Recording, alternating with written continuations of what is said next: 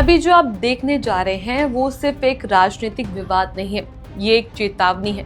चेतावनी इस बात की कि जब सत्ता में अपने फायदे के लिए पुलिस, जांच एजेंसियों और राष्ट्रीय सुरक्षा जैसे शब्दों को हथियार बना ले तो लोकतंत्र कितनी आसानी से फिसल सकता है। असम की राजनीति में इस वक्त जो चल रहा है वो केवल बयानबाजी या आरोप प्रत्यारोप नहीं है। ये सीधे सवाल है सत्ता की नीयत पर, पुलिस की निष्पक्षता पर और उस राजनीति पर जो चुनाव से पहले डर का माहौल बनाकर अपना रास्ता साफ करना चाहती है। मुख्यमंत्री हेमंत बिस्वा शर्मा ने एक प्रेस कॉन्फ्रेंस में कांग्रेस सांसद गौरव गोगोई पर पाकिस्तान और आईएसआई से जुड़े होने जैसे बेहद गंभीर आरोप लगाए। आरोप इतने बड़े कि अगर सही हो तो देश की सुरक्षा से जुड़ा सबसे बड़ा मामला बन जाए। लेकिन उसी प्रेस कॉन्फ्रेंस के बाद अब सवाल मुख्यमंत्री से पूछा जा रहा है। सवाल ये नहीं कि आरोप कितने सनसनीखेज है, सवाल ये है कि उन आरोपों के पीछे कोई ठोस सच्चाई भी है।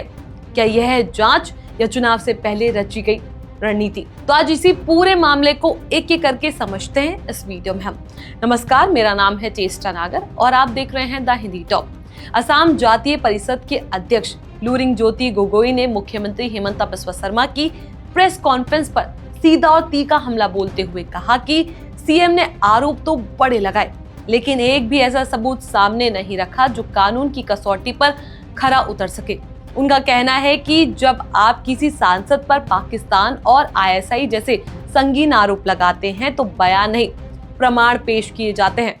लुरिंगज्योति गोगोई का आरोप है कि मुख्यमंत्री ने जांच एजेंसियों को राजनीतिक लड़ाई में झोंक दिया है और एसआईटी जैसे संवेदनशील संस्था को सत्ता का औजार बना दिया गया है।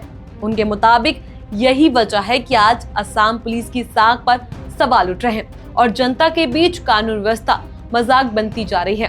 जब पुलिस सत्ता के इशारों पर चलने लगे तो अपराधी नहीं, सवाल पूछने वाले डरने लगते हैं और यही किसी भी लोकतंत्र के लिए सबसे खतरनाक स्थिति होती है। दूसरी तरफ मुख्यमंत्री हेमंत बिस्वा शर्मा अपनी सफाई में कहते हैं कि पहले से अंदाजा था उन्हें कि उनसे सवाल पूछा जाएगा कि अगर आरोप इतने गंभीर है तो गिरफ्तारी क्यों नहीं हुई। सीएम का कहना है कि अगर ये गिरफ्तारी करवाते तो विपक्ष राजनीतिक बदलाव की कार्रवाई का आरोप लगाता, इसलिए उन्होंने पूरा मामला गृह मंत्रालय को सौंप दिया। लेकिन यहीं से सवाल और गहरे हो जाते हैं। अगर सबूत पुख्ता है तो कार्रवाई से पीछे क्यों हटना पड़ा, और अगर सबूत अधूरे हैं तो प्रेस कॉन्फ्रेंस में देशद्रोह जैसे आरोप क्यों लगाए गए? क्या जांच पहले होनी चाहिए थी या प्रेस कॉन्फ्रेंस? मुख्यमंत्री ने अपने प्रेस कॉन्फ्रेंस में दावा किया कि गौरव गोगोई और उनकी पत्नी एलिजाबेथ पाकिस्तान के लिए काम करते रहे हैं। एलिजाबेथ का पाकिस्तान में बैंक अकाउंट है। वह एक भारतीय कंपनी में काम करती हुई कई बार इस्लामाबाद गई और जासूसी की। सीएम ने यह भी कहा कि गौरव गोगोई शादी से पहले चुपके से पाकिस्तान गए थे। यह आरोप बेहद गंभीर, लेकिन सवाल यह है कि इन दावों के समर्थक में ना तो कोई बैंक रिकॉर्ड सार्वजनिक किया गया, ना कोई ऑफिशियल दस्तावेज दिखा और ना ही जांच रिपोर्ट मिली। यही वजह है कि विपक्ष इसे राष्ट्रीय सुरक्षा से जुड़ा मामला कम और चुनावी राजनीति ज्यादा बता रहा है। विपक्ष का कहना है कि अगर सत्ता में बैठे लोग बिना ठोस सबूत ऐसे आरोप लगाने लगे तो कल किसी भी नेता, पत्रकार या आम नागरिक को देशद्रोही घोषित किया जा सकता है। लुरिंगज्योति गोगोई का कहना है कि एसआईटी जैसे जांच एजेंसियों का इस तरह राजनीतिक इस्तेमाल ना सिर्फ गलत है बल्कि खतरनाक भी है। उनका आरोप है कि मुख्यमंत्री अपनी छवि मजबूत करने और विपक्ष को कमजोर दिखाने के लिए पुलिस का सहारा ले रहे हैं। विपक्षी दलों का मानना है कि पूरा मामला चुनाव से पहले असम की राजनीति को ध्रुवीकृत करने की कोशिश है, जिसमें डर, शक और देशभक्ति को हथियार बनाया जा रहा है। आज असम की राजनीति में असली सवाल ये नहीं कि किसने किस पर आरोप लगाए, असली सवाल ये है कि क्या सत्ता को बिना सबूत देशद्रोह के आरोप लगाने का लाइसेंस मिल गया है?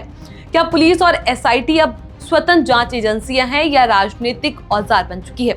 और क्या राष्ट्रीय सुरक्षा जैसे गंभीर मुद्दों को चुनावी फायदे के लिए इस्तेमाल करना अब नई राजनीति बन चुका है? हेमंत बिस्वा शर्मा के आरोपों और लुरिंगज्योति गोगोई के सवालों के बीच एक बात बिल्कुल साफ है, ये लड़ाई सिर्फ नेताओं की नहीं, ये लोकतंत्र की साख की लड़ाई है। अब देखना ये होगा कि आगे सबूत सामने क्या आते हैं। क्या ये फिर ये पूरा मामला भी चुनावी शोर में दबकर रह जाएगा, क्योंकि अगर आज सवाल नहीं पूछे गए तो कल जवाब मांगने का हक भी शायद नहीं बचेगा। इस खबर को लेकर आपका क्या कुछ कहना है, अपनी राय हमें नीचे कमेंट सेक्शन में जरूर बताएं। ऐसी और भी वीडियोस के लिए आप हमारे चैनल द हिंदी टॉप को सब्सक्राइब कर ले। इसके अलावा आप हमें एक्स, फेसबुक और इंस्टाग्राम पर भी फॉलो कर सकते हैं।